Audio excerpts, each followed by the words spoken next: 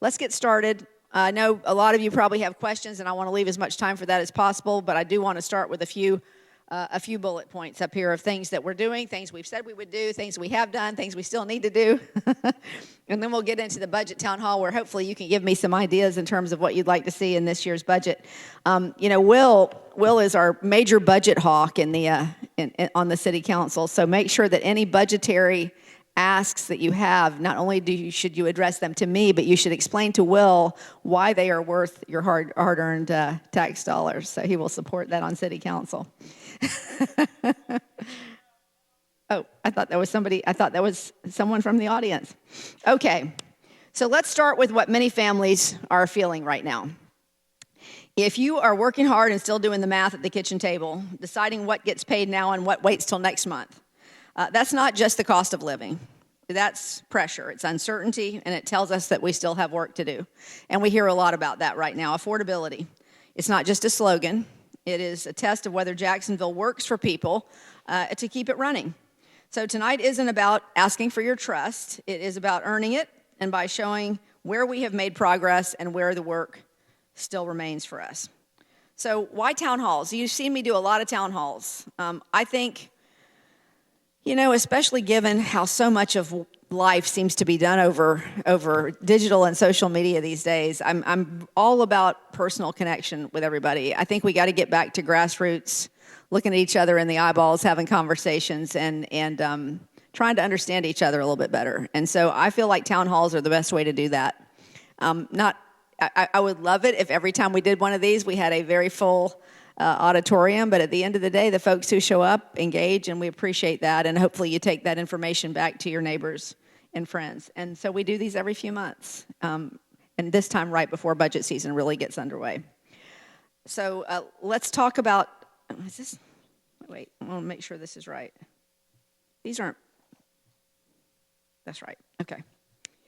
So the cranes across Jacksonville show a city that is on the move, and undoubtedly growth brings opportunity, but only if the city keeps pace. We all, are watching what's happening in our city right now. That as we hold these town halls, we're focusing on what people live with every day: housing, health, food, investments in neighborhoods. Those are all the things that we're all looking at right now, and these issues are all connected. When housing costs rise, everything tightens. And of course, we've seen a lot of that. When healthcare is delayed, small problems become crises. When neighborhoods wait too long for basic repairs, opportunities slip away. So we're meeting across the city because real solutions start with listening. When I ran for mayor, I made clear commitments. Focus on improving the quality of life by delivering the basics more effectively. Invest citywide, especially in neighborhoods that have been left behind. And run a government that is transparent and accountable.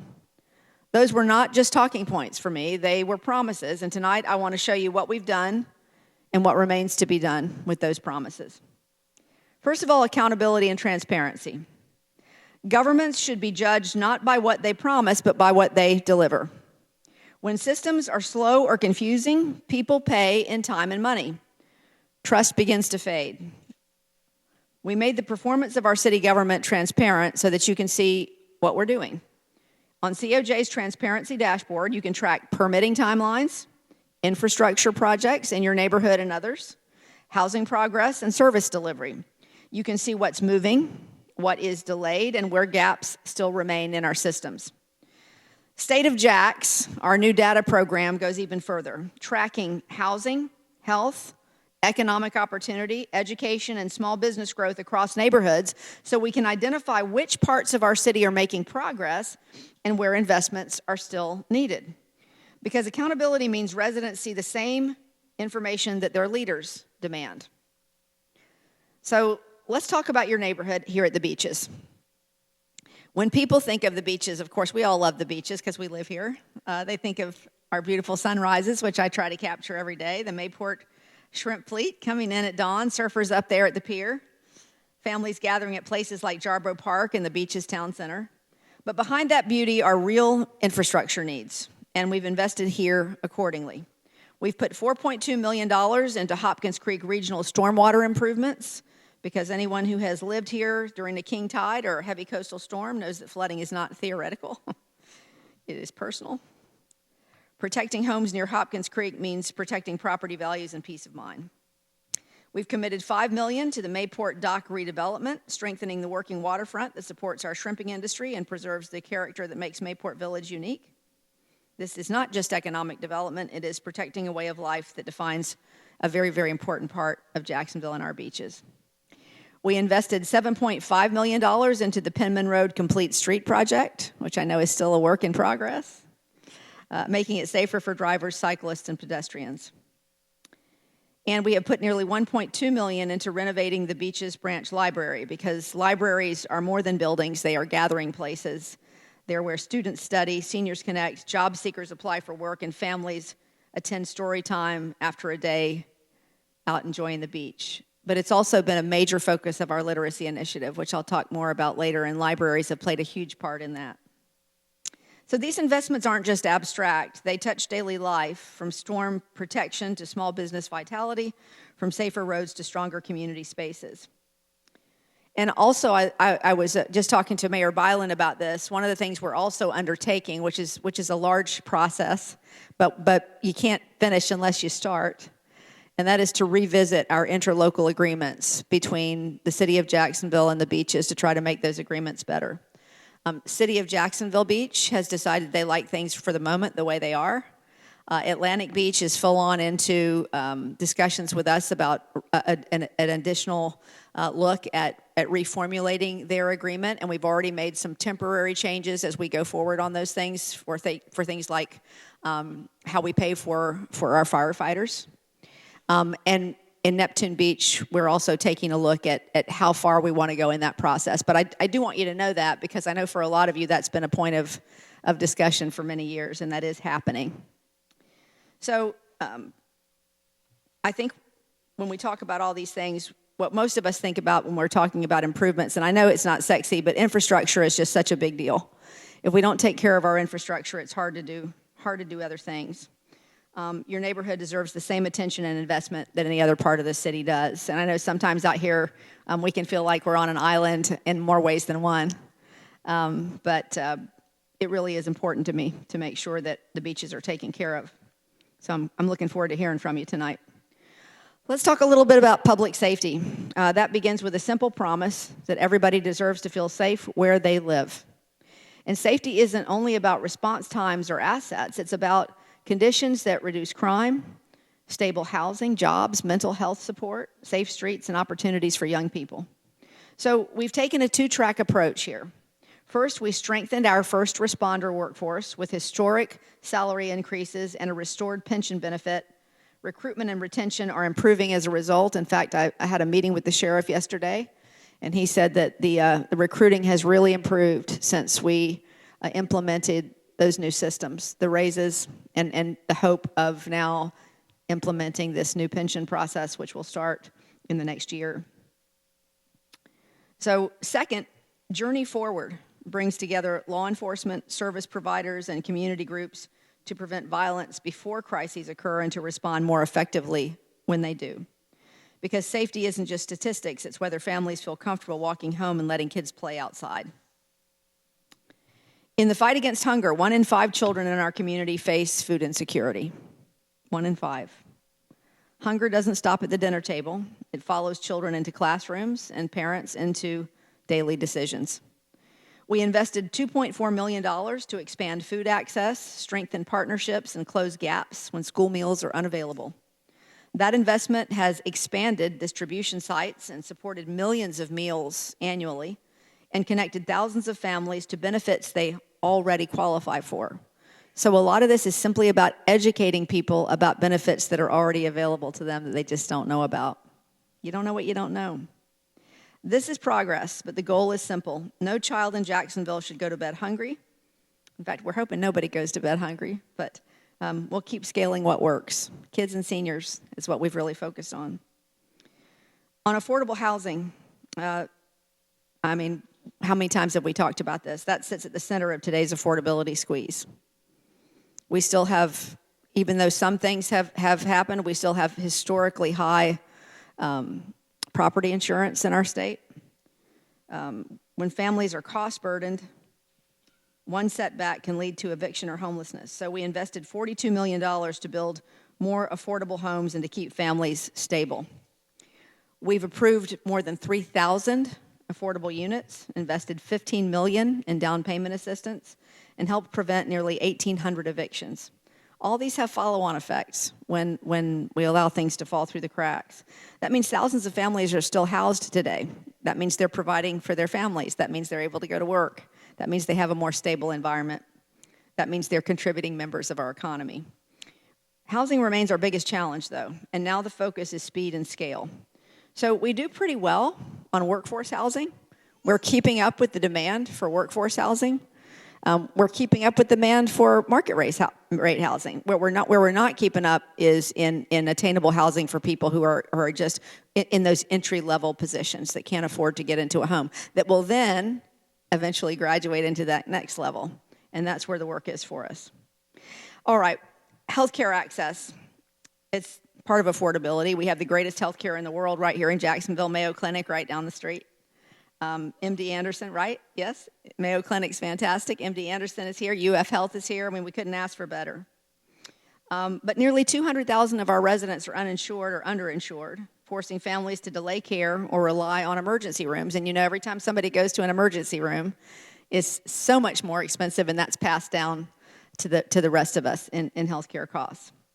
We expanded funding to bring care closer by opening community health centers, deploying mobile clinics, and strengthening mental health crisis response. You know, the least expensive type of care is the type of care most of us need, and that's primary care. And we have a real dearth of it here. We have great care for things like cancer and exotic diseases. When it comes to primary care, we have a lot more need than we have doctors and facilities. So we're trying to bridge that gap in a number of ways. Tens of thousands of residents, though, now have access to care they previously lacked because of the things that I just mentioned. So we can't fix the national system. We're not going to try. That's not something that we can look at. Obviously, that's in flux right now, and we have no idea what's going to happen there. But we can ensure that families receive help before health problems become financial crises by connecting them with services. Literacy has become a huge focus for us. I'm not sure there's one single thing we can do that will move the dial on our success as a city more than making sure our kids can read at a third grade level. Bye.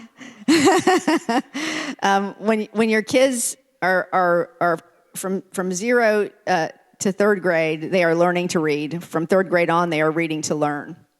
And if they don't flip that switch between those two things, they're not going to be a very successful adult. And that weighs on the entirety of our city and our economy. So we want to make sure that we're making those kids successful. We have had tremendous movement in our literacy numbers over the past 2.5 years, especially in those areas that we have focused heavily on and partnered with Duval County Public Schools. We're very, very proud of that.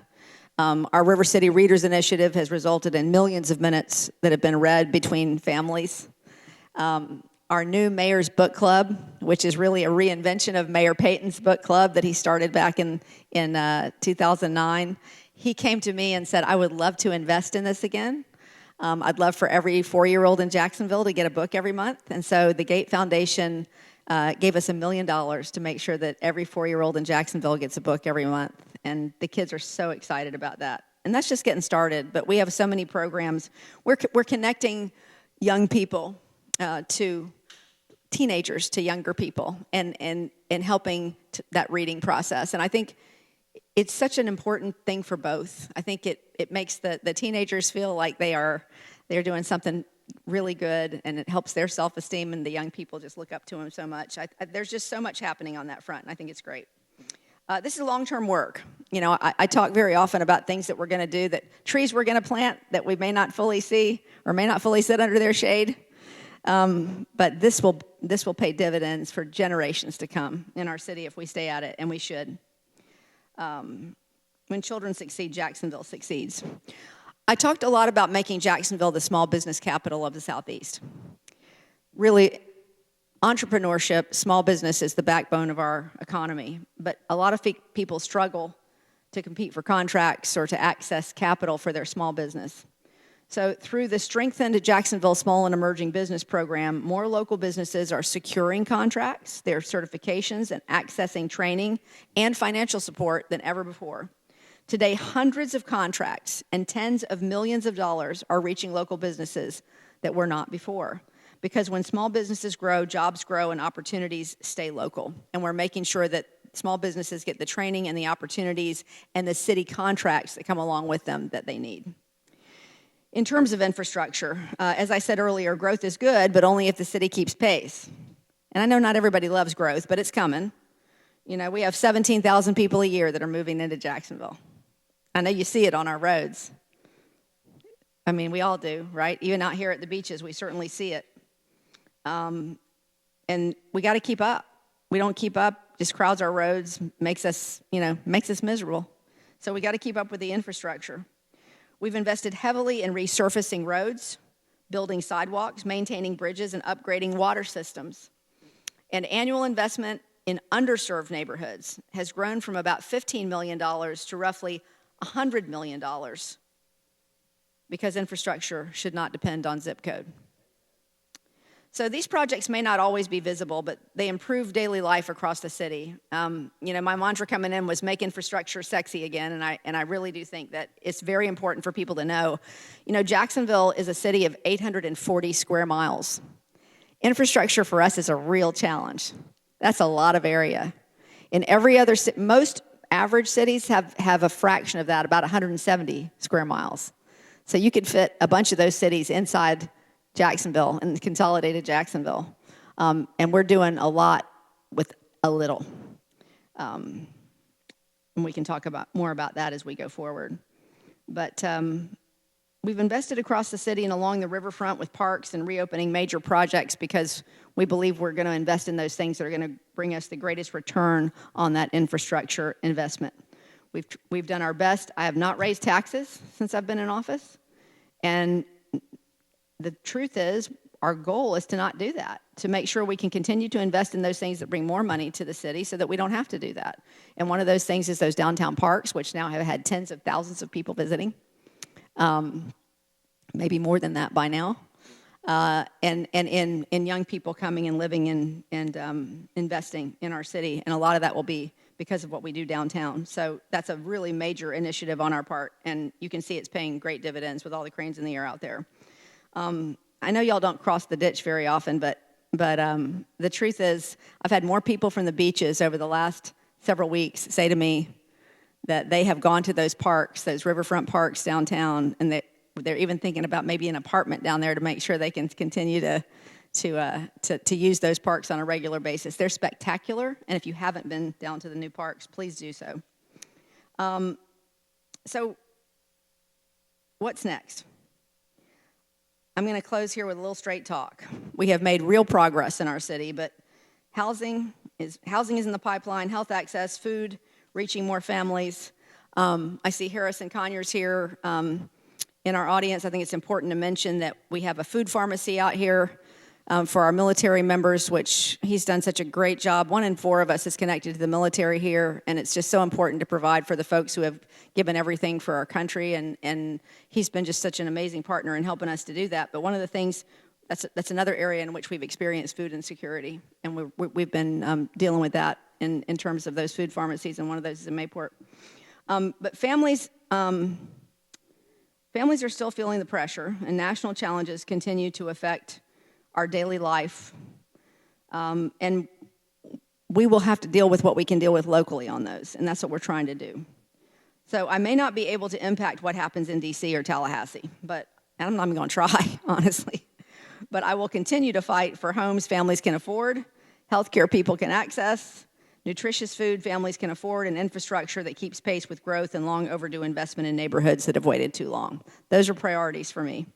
So my plea to you, and I don't really have to say that to the people in this room because you're here, is to please stay engaged. These conversations are extraordinarily important. If you've been to one of my town halls before, you know I don't mind anybody disagreeing with me or giving me new ideas or whatever you want to do. It's just important to have those conversations, and I really hope you'll stay connected. I need you to hold us all accountable. I think it's really important that you let us all know how we're doing and what we can do to do better. So let's keep moving Jacksonville forward together. I know we all love our city. We certainly love our beaches and love our city, and I appreciate all of you being here tonight, and I look forward to taking your questions now. Thank you.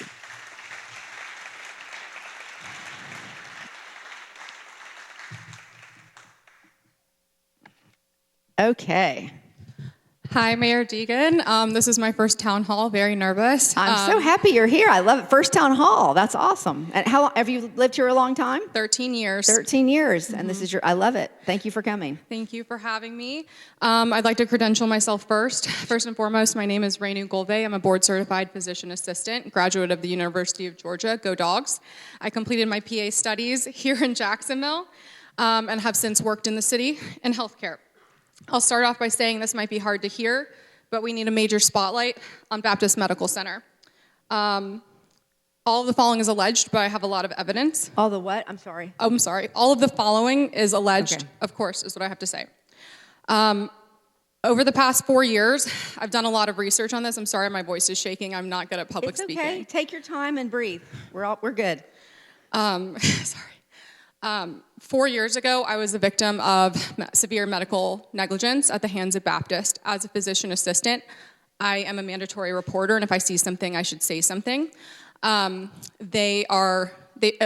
my case, and in the case of hundreds of others, which I have conducted hundreds of interviews since then, they failed to meet the standard of care. Point blank failed to meet the standard of care.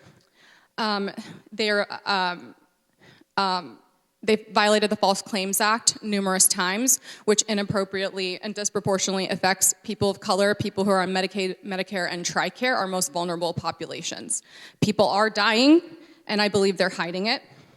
They're a 501c3 nonprofit, but financial records show they are not helping the underserved as they claim. I have evidence that they're paying off lawyers in the media as donations and writing them off on taxes. After tort reform, we only have 2 years to file a suit. For medical negligence and medical malpractice, I believe that needs to be changed immediately because most of us, for me, I had a heart attack, brain damage, inappropriate surgery while pregnant with my son, who now has autism. I have been left permanently disabled. I know I don't look disabled. Disabilities can be invisible. And in the 2 years that we have, that it takes much longer than that to get back on our feet, for sure, to even fight this. Baptist has scared people away from speaking. If we try to mention a union, something like that, you'll be fired immediately. Everyone's afraid. Can I ask you a quick, do you work at Baptist? I do not work at Baptist. Okay. But I have hundreds of interviews of patients and employees. I was just trying to clarify. No, that's okay. Yeah. That's okay. If we want money to improve our infrastructure and to improve healthcare access, that's one thing. But healthcare access is one thing. Quality healthcare is what we, the people of Jacksonville, deserve in this city. And I don't believe that Baptist is providing that. We need transparency, much more transparency when it comes to Baptist financials, 100%. And like you said, we can't fix the national crisis, but we can enact local change in our local hospital systems. Failures from the top down have been very clear for many, many decades now, and I believe they need to be corrected immediately. Well, listen, first of all, I'm sure this is a very personal and emotional topic for you to discuss, and I appreciate you coming here to discuss it. When I came into office, I created a chief medical position, and you know, we have Lynn Sherman who is over all of those operations, and we have Dr. Sunil Joshi who helps us to implement some of those plans. Very heavily focused on healthcare, and they work with all the hospitals. And I know that they would be interested in talking with you and hearing about. Look, for the whole year at least before I ran for office, because healthcare has always been one of my major platforms because of my own health challenges and things that I've been through. I spent a great deal of time diving into what is happening with our underserved community, who is really helping, who needs to do better, what can we do to incentivize, all of those things. So I know there are issues in the system, but I I really believe we can find solutions to those if we work together. I don't know what you're specifically talking about, but what I would encourage you to do is to either turn around and go talk to Dr. Joshi, who is raising his hand back there, or Lynn, who is raising her hand right there. One of those two will be, I want them to take your information, and I want you to make an appointment, if you would, to sit down with them and go through what you have. Because obviously tonight I can't solve your issue tonight, but I appreciate you coming here and sharing it with me. Thank you so much. I appreciate your time. Thank you. Okay, who's next? Y'all are always so nice out here. Everybody claps for everybody. I think it's so nice. I don't know of any other town hall we have that all the speakers get applauded, and it's very sweet. Okay, go ahead. Hi, my name is Mark Flashner. I'm from Atlantic Beach. Hey, Mark. And just wanted to find out if there were any plans for county funding for sidewalks, stormwater management, our new community center, and dune walkovers in Atlantic Beach. Well, I think I've mentioned some of the stormwater stuff, but you know what, honestly, and Jim, you may know more about this than I do, and Corey, you may. I'm not, I know, and maybe you too, Sandy, I'm not sure the places where the county takes over, where the city of Jacksonville takes over, and where you guys take over. Is that mostly us? I don't know. Is it?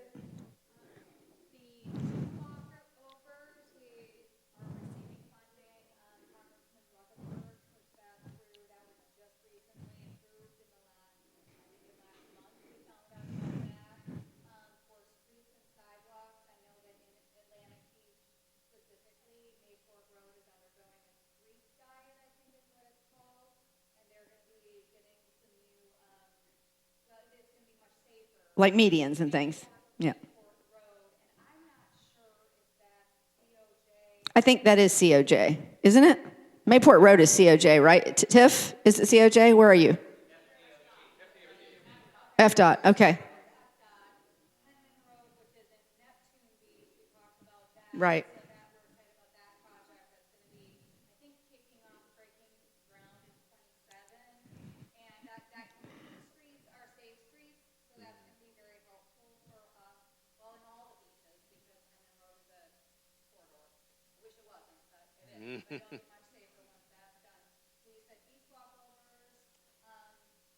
Yeah. Yeah.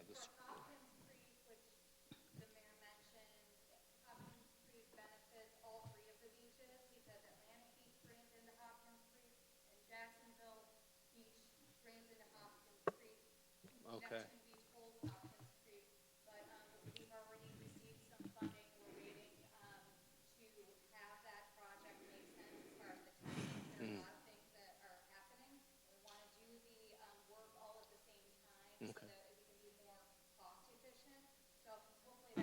No, that's fantastic. A lot of it depends. A lot of what as you're sort of understanding. A lot of it depends on what's a state road, what's a city road. You know, that it all comes down to how that's divided up and who pays for it.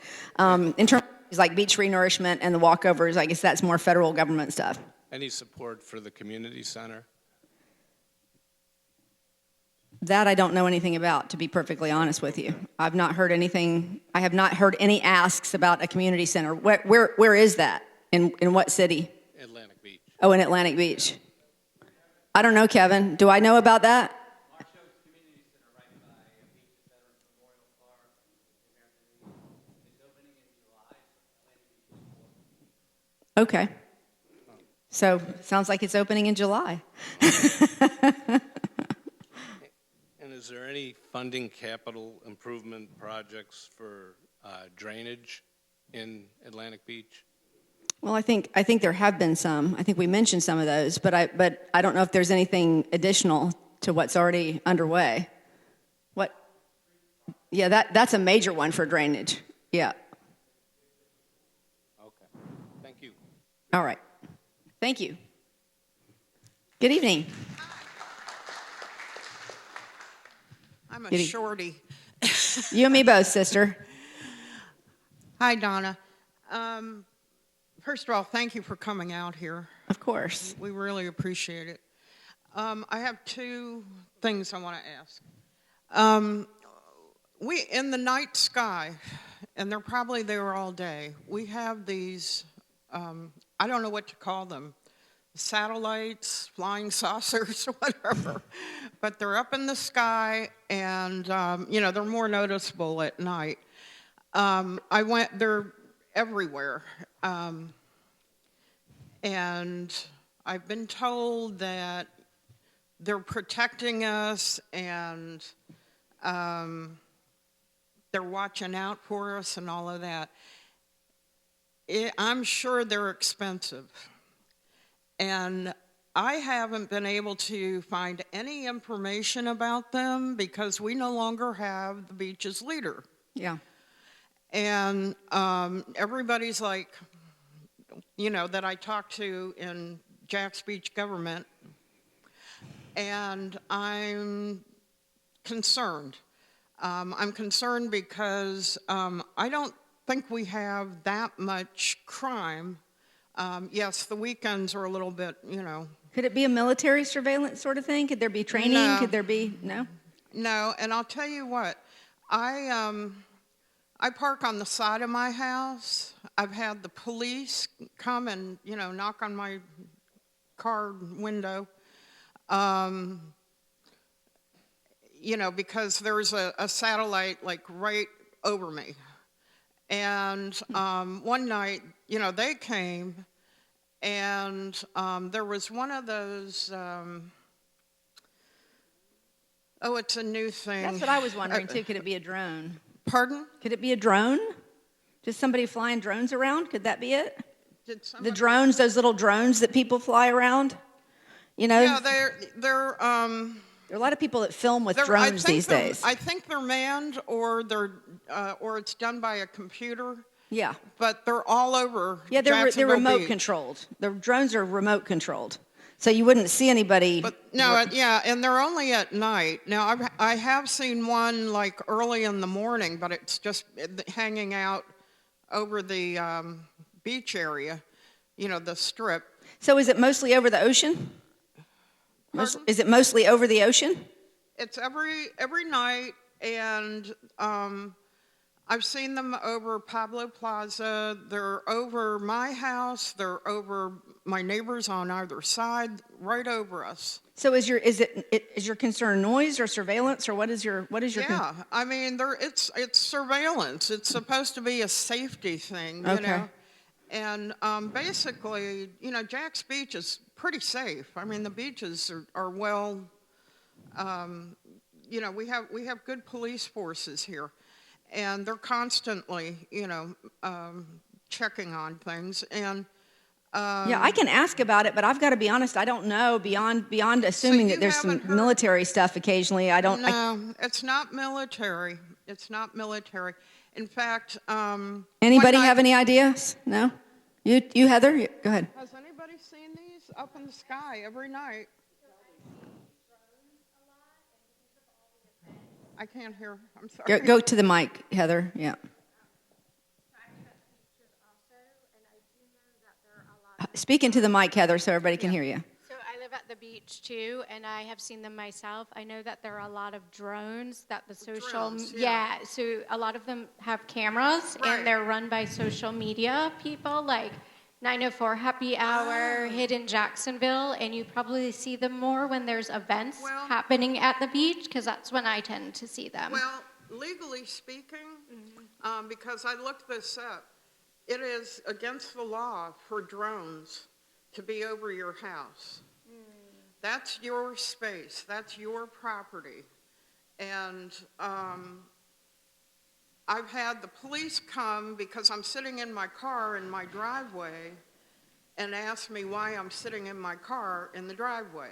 And it's basically because there's a drone overhead who, is questioning me why I'm sitting in my car. Well, I get home and I'm listening to the radio and I'm like charging up my phone and going through my mail and all of that stuff. I've actually had 2 of them knocking on my door, on my car door.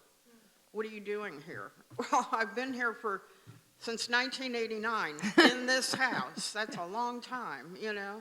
And now I see these all over, and You haven't heard anything? I haven't, but I'm happy to investigate and Somebody- see what they might be besides drones. I don't know what else. Yeah, But that was my first thought somebody's too. Somebody is paying for them, and somebody's making money. Okay. Somebody's profiting from it. Also, a lot of kids and teenagers have them, and they just No, fly no, them no, around. these aren't like, They're little, nicer? no, Okay. no, these are big, really big. Yeah, okay. Thank you so much. I will look into it. I will look into it. Oh, thank you. I You wish bet. would. You bet. Good evening. Good evening, ma'am. My name's Mary Dick. I met you at a football game a couple years ago. I know you don't remember. And Mary? It's Mary? Yes, ma'am.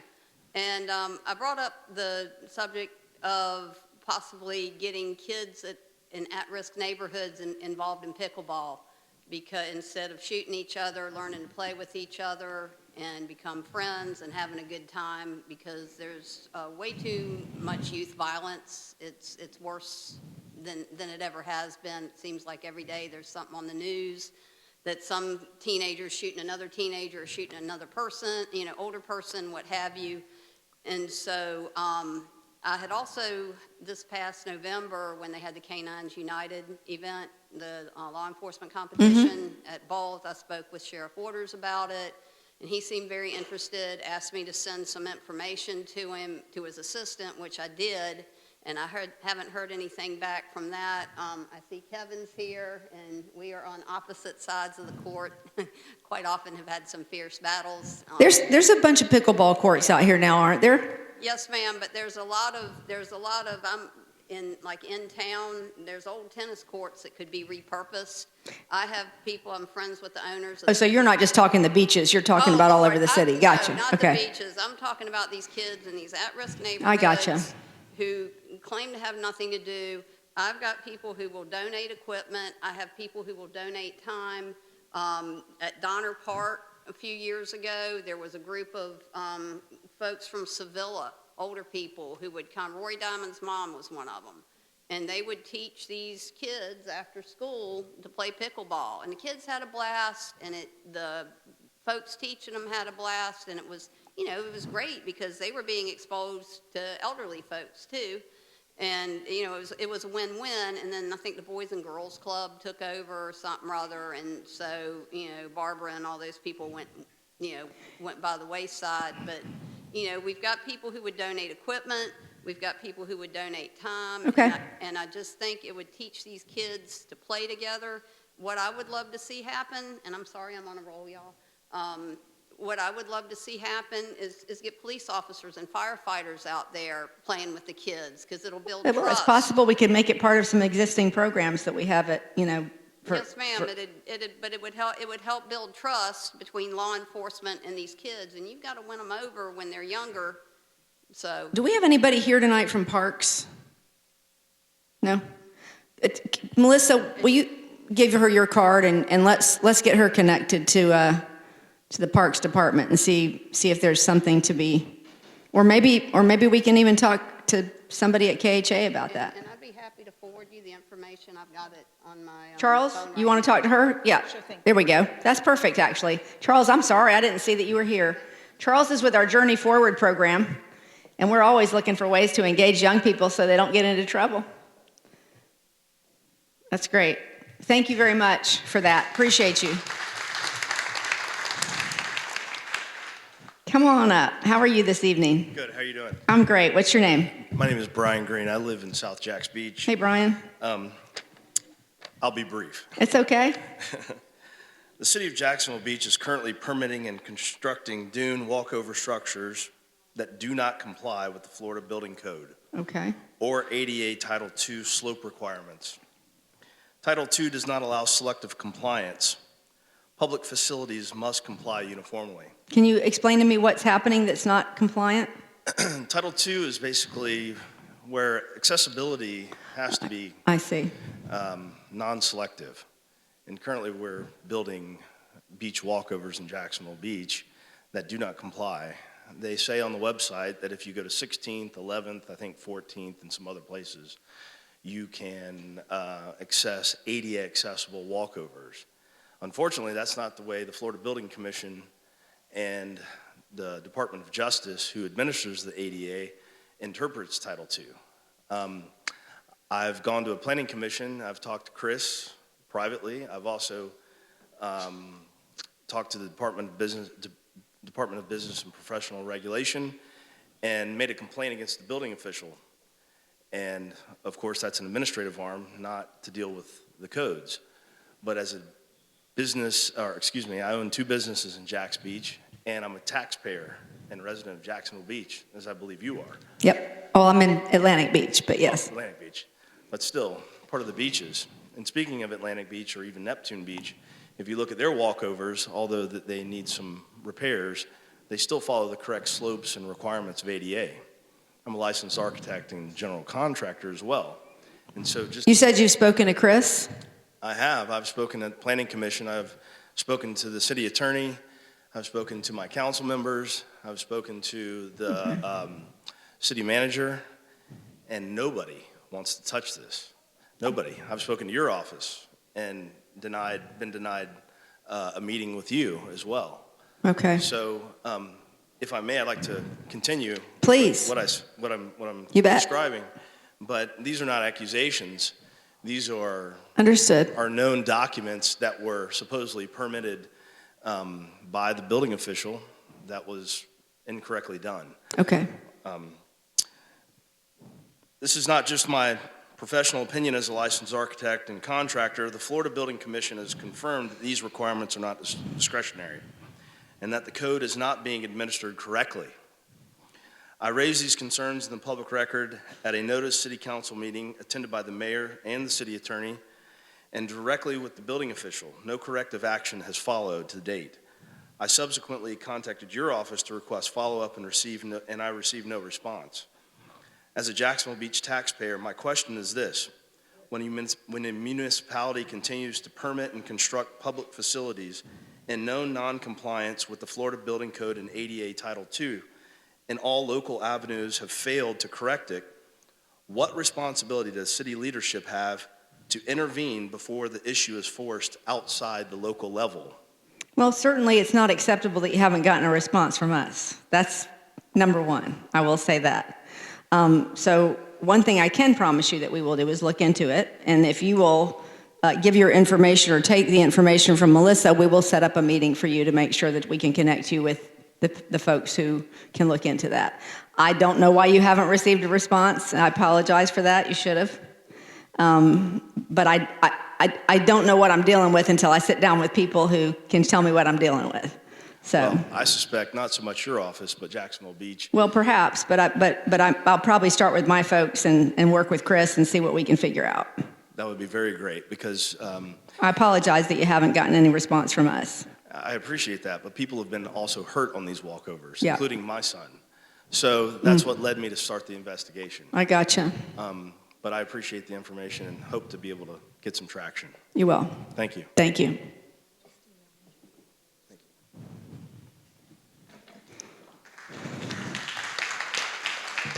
Good evening. Good evening. You've seen me here before. My name's Linda Fisher, and I'm from South Jacks Beach. Hey, Linda. And first of all, I want to say I admire you. I'm grateful you're our mayor. Thank you. And nothing I say here. Thank you. That's very nice. Yeah.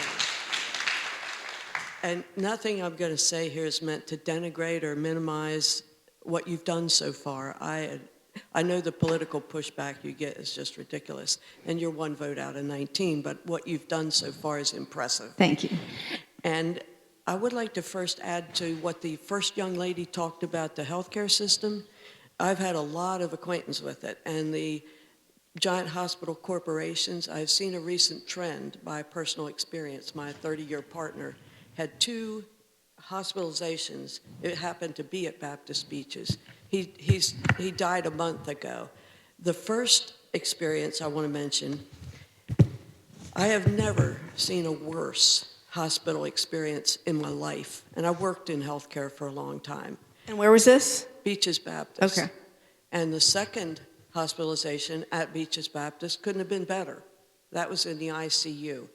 What I have seen is a trend with these big hospital corporations is to outsource a lot of their services. You don't always know they're outsourced.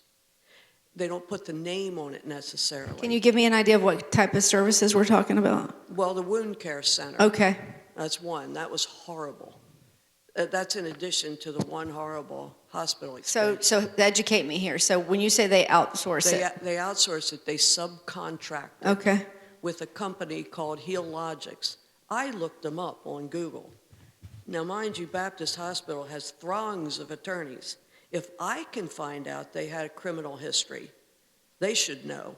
I talked to everybody I could talk to at Baptist to make them aware of this. First of all, they banned my 30-year companion from going in there even to see Baptist infectious disease doctors.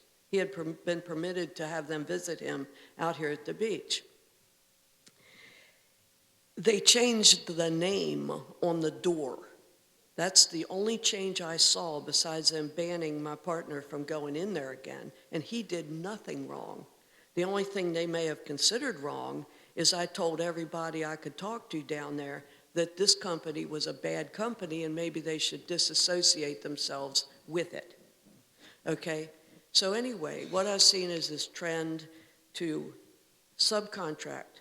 And that usually is because they're getting a lower price or they're shielded from liability. And I believe this is a big trend with the hospital corporations. So anyway, that's all I have to say about that right now. The other thing is ACPS, Animal Care and Protective Services, and I know you've been barraged with citizen complaints. I just want to say that I think that director over there could be a lot better. I think he should be audited every which way you can audit his performance, his budgets, his data systems, his response times. I know there have been some changes made in a recent city council meeting, and the citizens fought back against having a 3-day hold. This 3 days, like consider you might be on vacation or out of town to recover your lost pet. It used to be 6 days. So citizens fought back and it ended up 5 days, which is probably acceptable. I mean, I think they still need to gather data on whether that significantly impacts people retrieving their pets, but that will come, hopefully. And the other thing I want to say about Penman Road, I've lived out here for 55 years this year, and I think that I was at the meetings. The Penman Road plan that first came out, I thought, couldn't have been worse. I mean, what planet do these people live in to take away the turn lane, to give us a bunch of roundabouts? And I think, to put it in a nutshell, any plan that is funded, because these are big, fat contracts that are being handed out, should consider first, I'm not saying only, but should consider first the long-term residents there, not facilitating throughways for more development. I know that has to be accommodated to some level, but first should be the people who live on that road. I really do think the number one concern on that road was safety. Well, how many accidents were there? Plenty.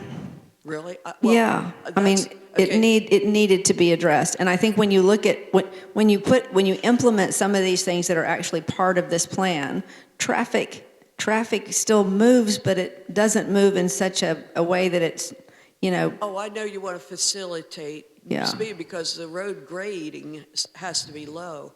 But I just think maybe repainting the lines, there might be some simple things that could be done to improve safety. But taking that middle turn lane away is not one of them unless you can provide something better.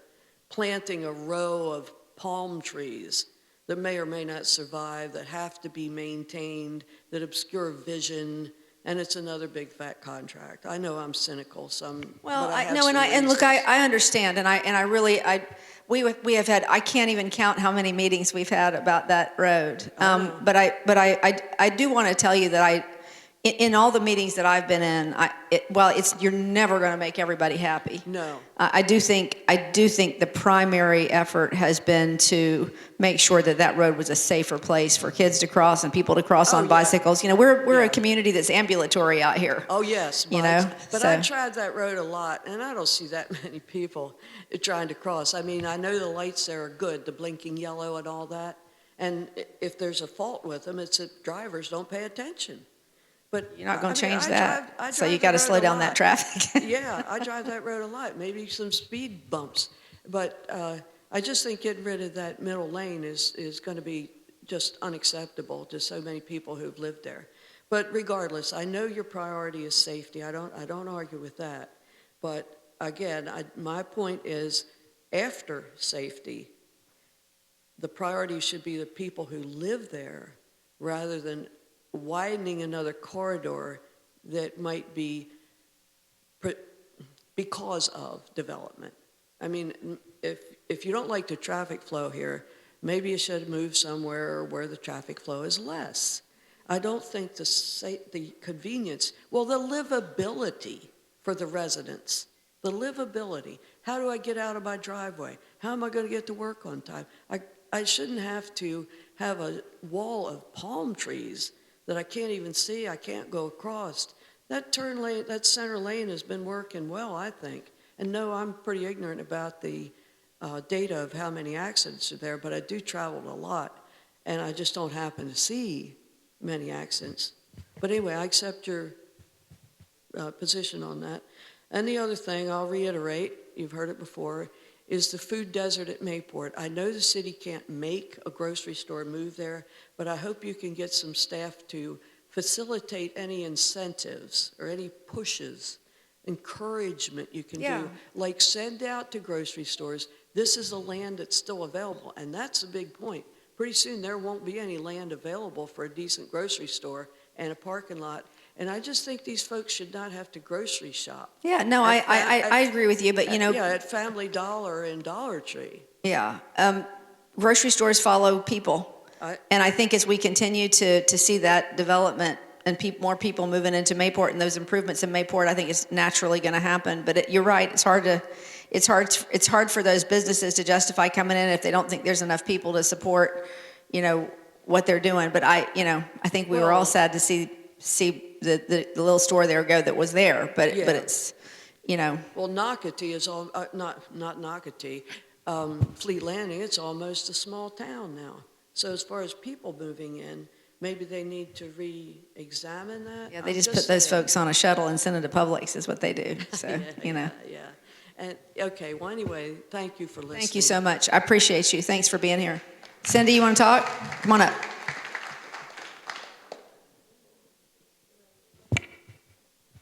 I wasn't going to put you on the spot, but I appreciate you putting yourself out there. So I just wanted to add some information that might be helpful because I've been involved in the Pemmon Road project since it was started.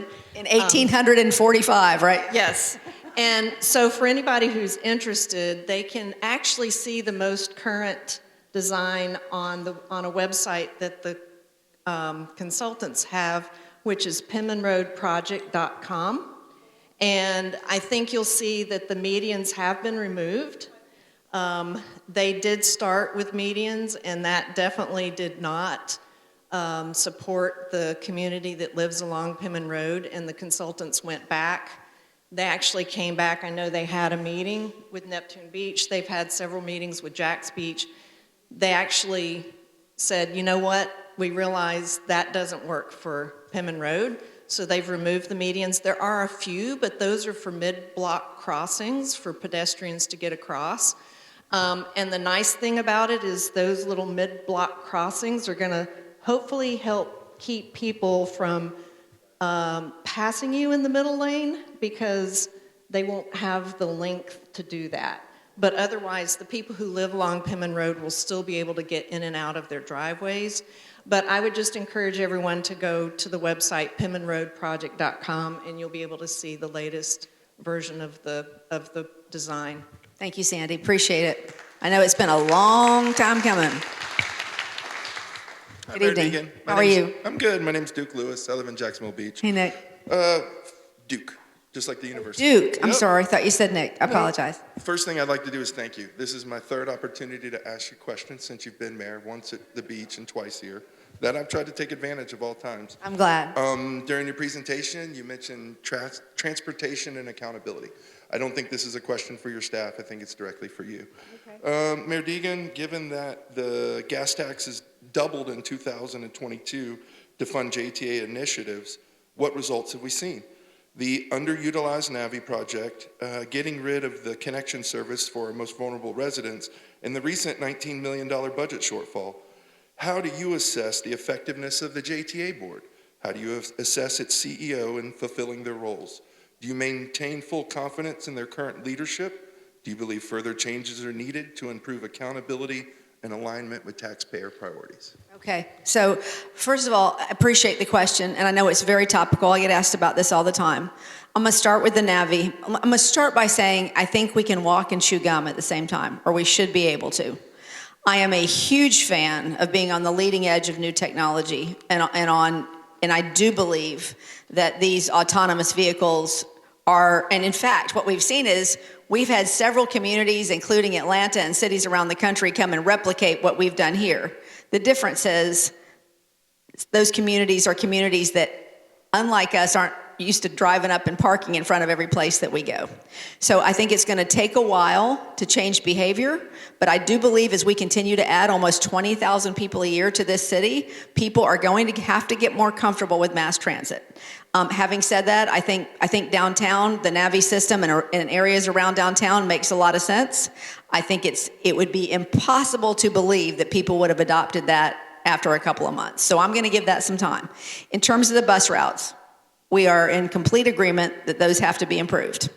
I have taken those concerns and those and all the comments that I've gotten about the bus routes, the lack of timeliness, all of those things to JTA, and I believe that they need to work on those. That's the bread and butter of our public transit system, and it has to work better. I know that we are all excited about the prospect of rail. We have met with a number of different people about that. What we're told is we got to have more development before we're going to get the rail to invest in Jacksonville. We get it. We're getting there. We've got the cranes in the air. We're building stuff. The University of Florida campus is coming in. That's going to bring a whole lot more to downtown. And I think we will see sooner rather than later that rail come into our city, which we need. Again, 840 square miles we have in this city. So it's a challenge for us, mass transit. Let me just finish with all the things you were asking about. Wait a minute. Now I've lost my train of thought. What was your other?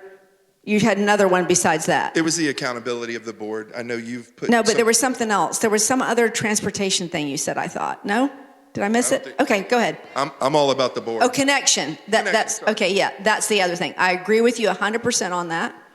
I think you remember when initially the schools were looking at just what they could do to save money, and all these names came on, and then you start to look at it and you say, well, wait, does this make sense? Does this make sense? Does this make sense? I really do think that it seemed at the time probably like a good way to save money because they were still offering the connection service, but not, the rides, but not the individual appointments. That was, in my mind, not a great decision. And I think they heard that, and I think they are now going back to revisit it, and I have every confidence they're going to add that service back in. In terms of the budget shortfall, I can't speak to that because I don't know. I can't tell you what the causes of that are. What I can tell you is that I believe the moves that we have made in advancing the future of transportation have been very positive, and I think that Nat Ford, who leads the JTA, is a visionary in that regard. I think that we need to make sure that our bread and butter services continue to improve in a better way. And he has heard all of that from me. I don't have any authority over the JTA board. Aside from that, I appoint some people to it. Yeah, you're kind of like Shad Khan. You kind of pick the people that make the team up that decide. Well, right? I pick some of the people that are on that board. Well, with the decisions decisions you've seen them make over this past time, you're still encouraged that they're the right people for the job. Well, like I said, I appoint some of them. The governor appoints some of them. But at the end of the day, I don't think necessarily that the problem is with the board. I'm not displeased with the Navi system. I'm thrilled about bringing in Holon, which is going to bring $1.6 billion into our city in this autonomous vehicle. Hopefully. I think. Well, but that's the commitment, right? So there's no reason to believe they won't. I want to move forward with technology. I think that's important for us in Jacksonville if we want to be on the cutting edge. But I'm not going to tell you I agree with every decision that's been made, but I don't have any reason to tell you that I've lost confidence in them. I need to see how they're dealing with the rest of this stuff, and I'm very vocal about how I feel about the bus system. But I have watched and worked with Nat Ford for a long time, and I think he's somebody that truly has a vision toward what the future of transportation should look like. Now, the fact is, JTA is both a road building agency and a transportation agency, and that's a lot. And now they're becoming a regional transportation agency. So, there may be ways they have to look at how they're providing those services, but I'm not at a place where I've lost confidence in those folks, no. Okay, I think sometimes the concern is, how many square miles is Jacksonville? You said it a few 840. We have 840 square miles, and I think a lot of us see the preponderance of our transportation tax money getting spent downtown. I know downtown recently celebrated, 10,000 people? And that's about 1/4 of the people that live here at Jax Beach. The only other comment I would say as I sit down, you said something about grocery stores in the food desert.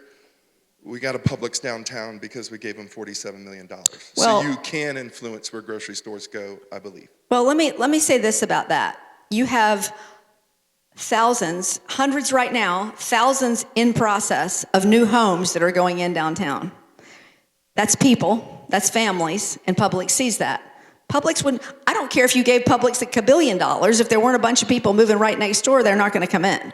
So, but let me talk about downtown, because I really do think this is an important point, and I appreciate you letting me make it. And you can agree with me or disagree, and I'm fine with that. But every community, just about every community in this country that is successful has a thriving, vibrant downtown. We have a gorgeous riverfront. We have every amenity we could possibly want. We have young people, thank God, young professionals moving to our city in droves because they see the potential here. And the greatest potential for revenue for our city is to build up that downtown. And you know why? Because we can zone and build in the urban core in a way that we can't in some of our neighborhoods out here and don't want to, right? We can build up, we can build multiple units. And so the more that we make that downtown successful, not only for business, but for young people and for entrepreneurs and everybody else, the more money we bring into our city coffers and the less we have the lowest tax rate of any big city in the state of Florida. And we like that, right? It makes for good, it makes it a great livable place to be. But if we want to maintain our services, we got to have money. And downtown is the biggest cash cow for us if we can make it go. And so when you hear me always talk about return on investment, that's what I mean. I am investing in downtown because the return should be huge for us when we get it right. Okay? Thank you. Okay. Yes, sir. Very dapper, my goodness. Thank you, Mayor Deegan. So speaking of downtown. What is your name? My name is Tim Ager, and you got fired up on that last one, so I appreciate that. You're Tim? Yeah, Tim Ager, yep. I run this big social group. And that's I love God, the whole outfit is just fire. Very nice. Thank you, everyone. Thank you. So I run these bi-monthly cleanup projects downtown behind the Florida Theater in that alley because it's super dope looking, and I want to inspire people to clean up the city. I know you have an initiative as well. And I keep Jax cute, don't pollute. That's what I'm talking about, right? Yeah, we got to keep it clean because with all these events that I run, nobody really wants to go downtown. Like, it's not really a desirable area. And my opinion is that we get it clean and attractive and decorate it, so that people will be attracted to there, much like bees to flowers. Instead of like forcing businesses and this and that, I want to make it beautiful, I want lights, and it has to start with cleanliness. So I'm doing the alley, and I'm keeping it clean with a crew of people off the internet, and we're having a fashion show there on April 18th. I love that idea. Yeah. How fabulous is that? Yeah, that's right. And so we're going to partner with Make-A-Wish Foundation and Ocean Street Tacos, and it would be super cool if you could roll up there and maybe give the little kid a puppy or whatever. Let's do it. Let's do it. I'll get with your staff. I love that. But no, I do love that. We have been encouraging community cleanups. And we look, downtown, I don't know how long you've lived here or how long you've been downtown, but downtown is by far and away better than it was in terms of cleanliness, in terms of homelessness, in terms of so many things. The infrastructure, as I said, tens of thousands of people have visited those new parks. It is beginning all those hundreds of units are going in on Pearl Street. All that is beginning to happen. And in 5 years, you're not going to recognize the place. But I agree with you, and I want you to turn around and say thank you to Councilperson Lanen over there, who helped us to get more money for litter control, That's my for dog blight. right there.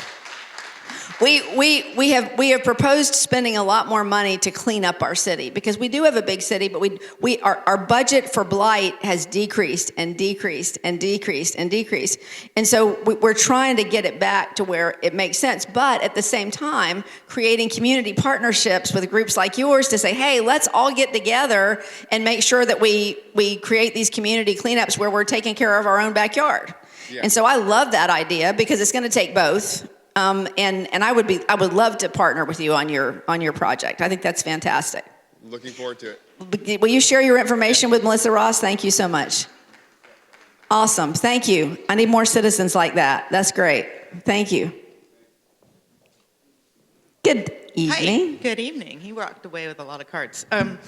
Sarah Boren from Hi, Sarah. Atlantic Beach. Thank you for coming and always being accessible. It's truly appreciated. Thank you. So I have some accolades and some comments and an ask. So my accolades are, I love the new parks along the river. I mean, they're just amazing. Just getting started. I have a daughter that uses the connection service.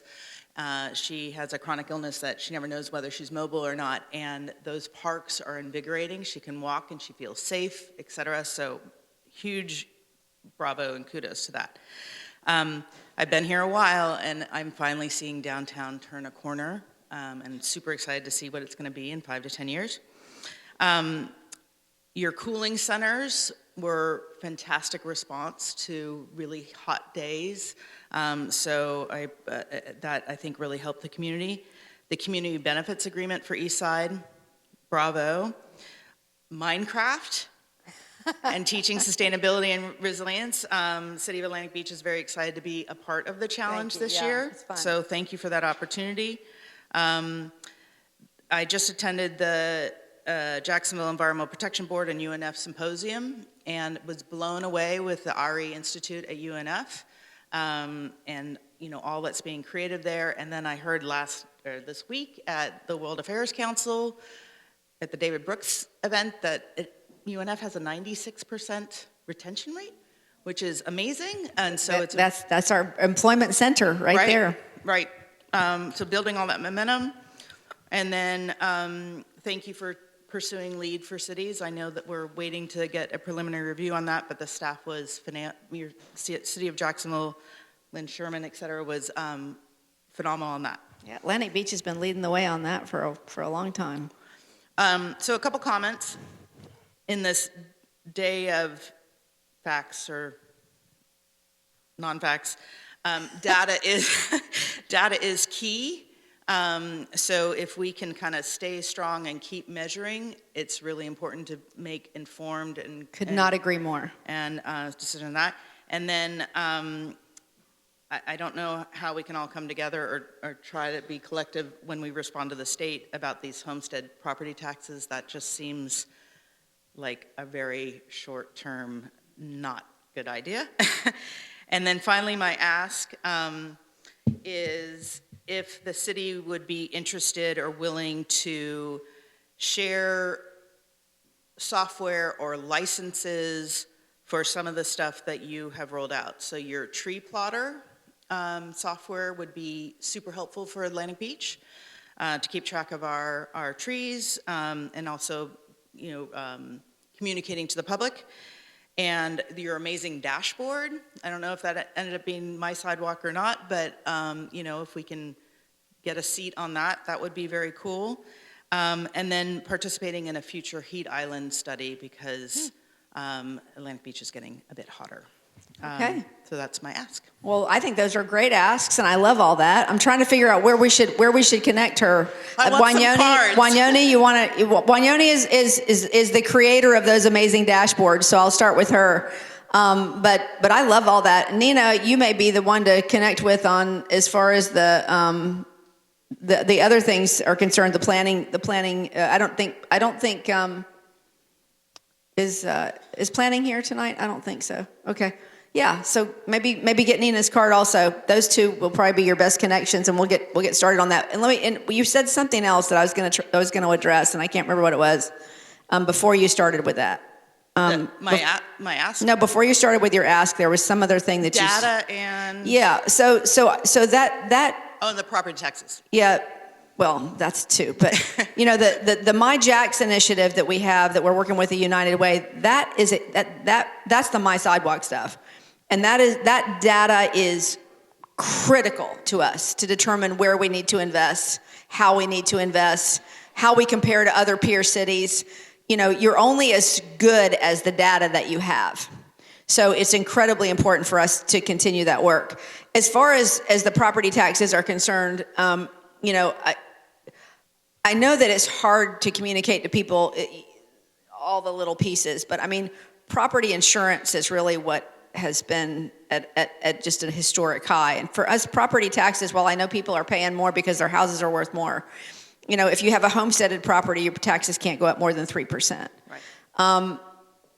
It is impossible for us to provide city services without property taxes. Right. Our property taxes don't cover fully police and fire. Forget it. Forget paving a road. In fact, I had a couple of numbers on that I was going to share if I had the opportunity. So let me go ahead and do that. Just this year, and I'll pick on him because he's here, our city council decided to roll back our taxes. We have the lowest taxes of any major city in the state. It's not close. It's not close. And we have 840 square miles to try to deal with. So I want to find what we could have done with that money. We have about $15 million that's now no longer in our pockets, and you guys are getting about $1.50 back in your pockets if you own a home. If you're a renter, you're getting nothing. And we could have paved. Oh gosh, where's the information on this? Where is the information? I know. Didn't you give me the bottom line on the property tax stuff, Melissa? I thought you did. Well, no, I'm not going to be able to do it probably, but it is. Well,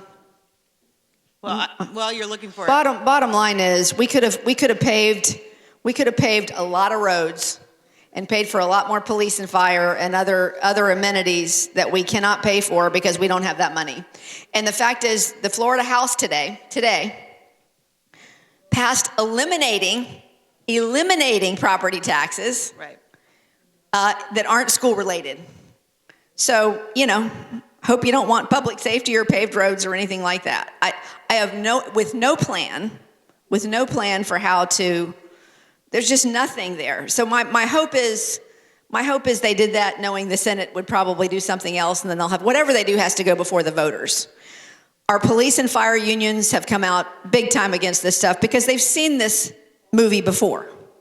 You know, you can say all day long it's not going to affect. If there's no money, there's no money.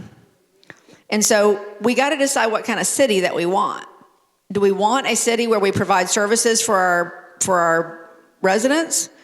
Or do we want a city that is constantly, you know, trying to fill holes? And I don't think that's the kind of city we want. So I think there's a happy medium there. As I said, I haven't raised anybody's taxes. I'm just asking you to not make your voices heard. When this all comes to fruition with the Florida legislature, we need people to speak out and say, hey, we want our services. Right. If there are things we need to fix in the tax code, let's fix it. If there are holes that people are falling through, let's fix it. But to remove property taxes writ large would absolutely devastate every city in this state, every single city. So I needed to get that out. So thank you. And I'm sorry I couldn't find my statistics. I'm sure they're right in front of my eyes, but. Thank you. Thank you. Come on up. How are you? Good to see you again. Nice to see you. Thank you for always coming to my town halls. Hi, Mayor Deegan. I want to say thank you, Sarah. You're a hard act to follow, honestly. So I wasn't going to I think I should make a rule that everybody has to start with accolades and then they can go from there. Exactly, That was nice. Yeah. Well, I'm definitely here for accolades, but I do appreciate paying Kidding. for taxes for services. Just Yes, want to go out yes. there. So I'm here to thank Mayor Deegan for a couple of things. I work with a lot of the departments and the mayor's staff, so I'm here to tell you, you can actually work with them as well. I work with the sustainability department, the resiliency department. I work with Jack's Parks. Almost every single person in Jack's Parks I work with. So if you're wanting to be part of the mayor's team or to make things better in the city, the access is there. I also want to thank you for signing the very first Lights Out Nights proclamation in all of Florida. And I'm proud to say I'm working with our mayors down here in the beaches, and we're hoping to do the same thing. Wonderful. I love that. Perfect for us out here. Yeah. And then one more thing. I don't know if everybody knows, but we have 400 parks in our city. And the Jack's Parks and Recreation team does a really, really good job. So go out to your parks. They're wonderful. Thank you so much. Appreciate all your hard work. Come on up. Good evening. Good evening, Mayor Deegan. Randy Martin. Hi, Randy. I'm with MFI, Martin Family International, and we're working on making affordable housing for the city and Wonderful. for the country. And starting on Talleyrand with Crisis Housing Solution on a 14-acre parcel there. And we will be doing assembly line manufacturing of container homes that will enable somebody who's making $15 an hour to have a 3-bedroom, 2-bath house. I love that. I love that. And as well as every sector, from the homeless to people who are in the middle class, workforce housing, to upper class. So we're working with Home Depot and Lowe's, who will be selling our products nationwide. And so we'll have a very large facility in Jacksonville. That's fantastic. Yeah. And so also working with FEMA, Habitat for Humanity, and a number of others to be able to make it so that it's truly meeting the needs of the people, and keeping the price down. We integrate graphene solar panels and graphene batteries that are super efficient, 30% more efficient, and also less environmentally impactful. That will power the homes. And also, I have the best solution for electric vehicle charging stations. I know you were going to try to make the fleet into electric. You didn't get the funding for it, but we still have that electric vehicle charging capacity. We also have the capacity to be able to have a semi that can carry 80,000 pounds, 1,000 miles, with a graphene battery and a hydrogen cell that goes along with it. Wonderful. So something we can work with you, perhaps. Please. Garbage trucks, buses, city vehicles. I am thrilled to hear about you. Yeah. That's wonderful. Yes, I'd love to get your information. And I think, what you're talking about in terms of the homes, solar powered, tiny, I think that there's so much of that we can do. We do have a lot of land in this city. Yeah. And there's no reason we can't provide more affordable housing like that. And I think that's fabulous. So thank you. Quite literally, if you cover, let's say we do a community, if we cover just the roofs with the graphene solar panels, it'll produce 30% more than the homes need. Therefore, it becomes a distributed energy grid. There you go. And becomes part of the overall, benefit to the overall community. That's wonderful. Honestly, if we are really interested in saving money, really interested in doing what is the most economically viable thing, we'd be moving toward more of that. Truly, that's the way. There's so many people doing things like you're doing that are implementing that, and I think the more we educate people about that, the better and more adopted it will be. But I love that. But please get. Oh, you did? Okay. Yeah. We will definitely be in touch with Jeffrey you. and Travis and. Is Josh here? Josh. Okay, good. Wonderful. Love to meet with you sometime and be able to go ahead and get Within the next couple of months, we also have the NBA and the NFL wanting to support this effort. I love it. So it's Let's put a meeting together. I'm all about it. We are so far behind in terms of affordable housing units that we have to make sure that we are moving as fast as we can. We can produce hundreds of homes a day. Fabulous. Yeah. Thank you so much. All right. Thank you. You get the honor of being the last person tonight. So thank you so much for being here. What's your name? It won't be the first time. My name is Chris Smith. Hey, Chris. As most of you can probably hear from my accent, I moved here 3 years ago from South Georgia. Oh, I thought you were from New York City. I'm kidding. It's funny, I tell people that. But anyway, so first I want to say that I obviously am a conservative, but I appreciate your efforts as my mayor. I think I see your heart, and I think you have a good heart. Thank you. And That's so, what a kind thing to say. Yes, ma'am. And so I appreciate all your effort. You know, the parks. My son has personally enjoyed the skate parks. And so that's something I didn't have growing up. That's one reason I came here from a small town, is for opportunity. And I appreciate the opportunity that you're creating here. My question is, and it may not be a real popular one, but that's okay. God led me here to ask you. So my question is, I'm sure most of us seen the protest that took place inside the church up in Minneapolis. Regardless, you know, if we agree or disagree with whoever, I could care less about that. I believe that our places of worship should be sacred. They should be off limits for any political purposes or any type of attack whatsoever. Jesus saved me, and I want to see my mayor save our churches. So I'm here to ask you, do you condemn that type of attack on the church? And what kind of guardrails are in place or can be put in place to protect our churches on a more local level? Now, I know that case is being handled federally, thankfully, but, if it's a smaller church, it may not get that national attention. So what can we do inside our city to protect Well, I will tell you this. churches? I agree with you that churches should be a sacred space. I hate to see I don't like to see, I don't like to see a lot of things that I'm seeing right now. But at the end of the day, I will say to you that I don't think you see a lot of that type of thing in Jacksonville. Well, you don't, but one thing you don't also know about me is that I go to a lot of protests and I document, and while 99% of the protests, I'm a conservative, I told you. Yeah. I show up to mostly liberal protests because I'm interested more in opposing views than I am similar views. Smart guy. So anyways, 99.9% of the liberal protests I see here are very peaceful people.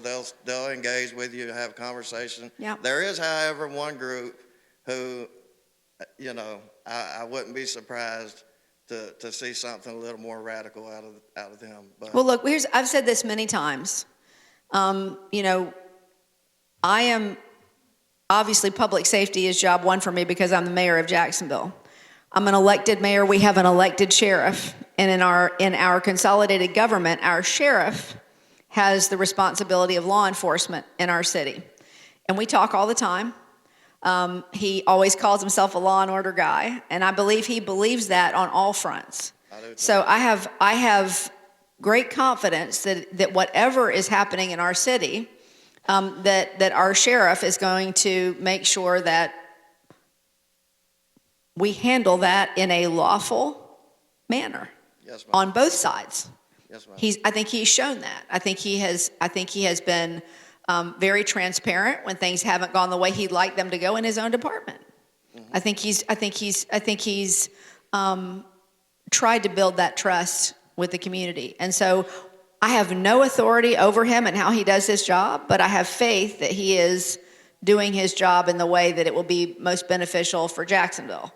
And so I don't, where I can get frustrated with a lot of and look, everybody's got a right to protest. I'll give it, everybody has a right. My number one concern is the safety of people in Jacksonville. I don't want to see us become any sort of a target for anything. I want to see us have a safe community that abides by the law and does the things that we're supposed to do and respects the humanity of every single person in our city. That's what I'd like to see. So I don't like to see hate on any front. But what I have said repeatedly is Jacksonville will always follow the law. It must be constitutional. We must give people due process. We must respect people's right to protest, and people must be peaceful and respect the law when they do so. And so far, that's what I've seen from our community, and I think that's from some of the example from the top down. So I feel good about our city. I don't involve myself in what happens in other cities really so much because I don't think that's Jacksonville. Yeah. So I would say to you that I hope our city continues to be peaceful and that people continue to do things the right way, and we'll continue to debate these issues and feel very differently about them, and that's okay. And in fact, as you said, perhaps we learn from each other that way. That's right. So thank you. I appreciate you very much.